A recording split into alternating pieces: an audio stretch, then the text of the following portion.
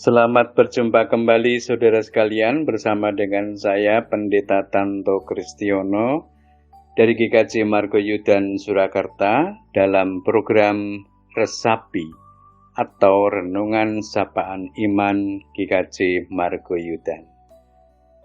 Perkenankan saya menyampaikan salam, kiranya damai dan sejahtera dari Tuhan Allah Bapa kita dan Tuhan Yesus Kristus menyertai saudara sekalian. Amin.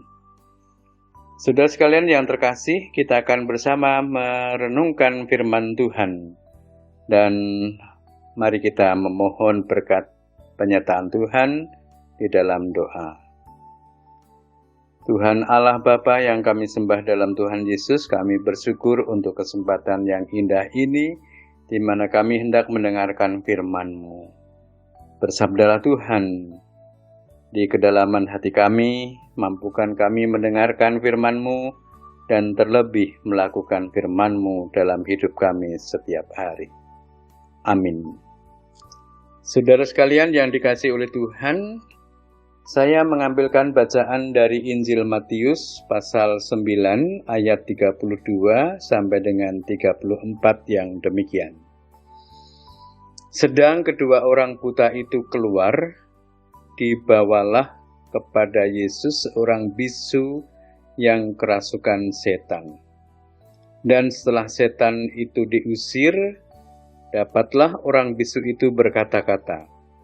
Maka heranlah orang banyak, katanya. Yang demikian belum pernah dilihat orang di Israel. Tetapi orang Farisi berkata, dengan kuasa penghulu setan, ia mengusir setan. Bapak, Ibu, dan saudara yang terkasih dalam Tuhan Yesus, sebuah kisah yang berada dalam banyak kisah penyembuhan yang dilakukan oleh Tuhan Yesus bagi manusia pada saat itu. Segala penyakit, segala cacat raga, semuanya dikembalikan, disempurnakan, dinormalkan kembali oleh Tuhan Yesus. Orang buta dibuat menjadi melihat, dan kini dalam kisah tadi, seorang yang bisu. Dan orang bisu rata-rata karena tuli. Dikarenakan tuli, maka dia tidak bisa mendengarkan suara dan menirukan suara itu dengan lidahnya. Kata-kata yang keluar dari orang lain tidak bisa ditirukan oleh orang yang sedang bisu.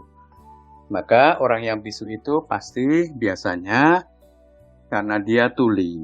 Nah, yang di dalam kisah tadi adalah orang bisu itu sekaligus juga dia sedang kerasukan setan. Entah berapa lama dia mengalami hal itu memang tidak dijelaskan. Tetapi yang datang kepada Yesus, rata-rata orang yang sedang sakit itu dalam tempo waktu yang cukup lama. Artinya, orang bisu tersebut dan juga kebanyakan orang sakit tidak disembuhkan oleh siapapun pada waktu itu. Sedangkan yang bisu itu, kerasukan setan, para pemimpin agama yang terpandang pada waktu itu tidak sanggup untuk membebaskan si bisu dari kuasa setan. Dan yang kita dengarkan dalam cerita tadi, meskipun pendek ceritanya, namun memiliki makna yang amat dalam. Ketika orang yang bisu itu dan sedang kerasukan setan, dia mengalami penderitaan ganda dalam hidupnya. Sementara dia tidak bisa hidup normal seperti orang lain, ditambah pula dia kerasukan setan. Dan hal ini tentu menyedihkan dan memprihatinkan bagi orang tersebut dan tentu juga bagi keluarganya. Bapak, Ibu, dan Saudara, apa yang dilakukan oleh Tuhan Yesus sungguh menyentuh kepada persoalan hakiki manusia, yaitu terbebasnya manusia dari belenggunya. Dan pada kisah tadi, si bisu tadi dikeluarkan dari belenggu kebisuannya, disembuhkan seketika itu juga, dan setannya diusir oleh Tuhan Yesus keluar dari diri orang tersebut. Sungguh luar biasa. Maka tanggapan orang banyak terhadap peristiwa itu bahwa hal itu belum pernah terjadi di Israel. Mungkin juga sampai hari ini hanya peristiwa itu yang terjadi. Si bisu sekaligus kerasukan setan. Bapak, Ibu, dan Saudara, peristiwa yang besar dan mulia serta agung ini mengembalikan martabat si bisu yang kerasukan setan tadi menjadi manusia yang merdeka, manusia yang memiliki hak hidup seperti manusia lainnya.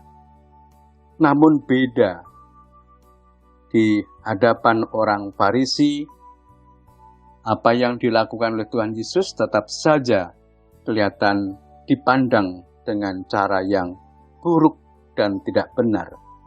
Tuhan Yesus dianggap mengusir setan dengan penghulu setan. Bapak, Ibu, dan Saudara terkasih dalam Tuhan Yesus, apa yang menjadi teladan Tuhan Yesus mengerjakan hal yang baik, tidak menggubris apa yang dilakukan dan diucapkan oleh orang Farisi. Bahkan yang dilakukan oleh Tuhan Yesus sedemikian tinggi, mulia, agung pun ada orang yang mencela. Apalagi kita manusia biasa.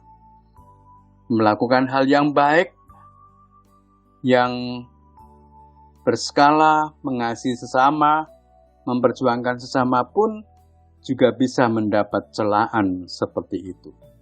Sebaik apapun orang itu lakukan, ada saja orang lain yang tidak suka dan mencari celahnya.